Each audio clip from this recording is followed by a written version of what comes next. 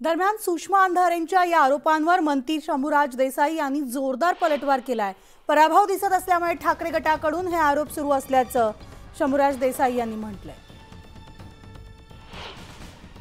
ज्यांना सामोरं सुद्धा जाता येत नाही आम्ही विचारलेल्या प्रश्नांना आणि मग पळ काढायचा आणि काहीतरी वेग अशा पद्धतीचे आरोप करायचे।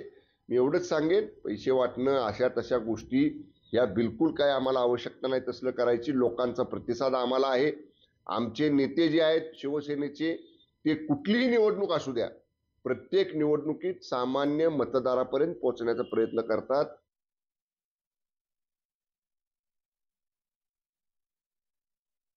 सुषमा अंधारे याने एक व्हिडिओ सुद्धा त्या संदर्भात ट्विट केला। तुम्ही या थरापर्यंत खाली पडू नका।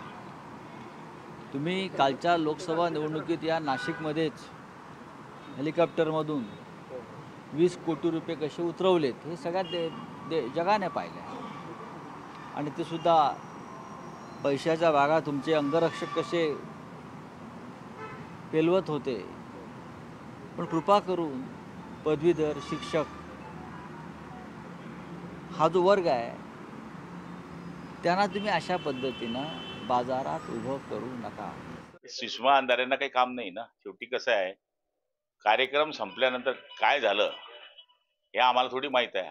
सीएम साहेब गेले, आम्ही घरी आलो आणि ते नंतर सांगतात आता ते पोलिंग एजंटच्या याद्या असतात, याद्या देत असताना एखाद्या वेळेस पैसे पण दिले जातात। यादीवर खर्चाला 500 रुपये देतो, हे इलेक्शनची प्रोसेस आहे आणि ते कोणाला माहित नाही असं नाही आहे। पण आता काहीतरी बबाल करायची हा त्यांचा मागचा हेतू असावा असं मला वाटतं।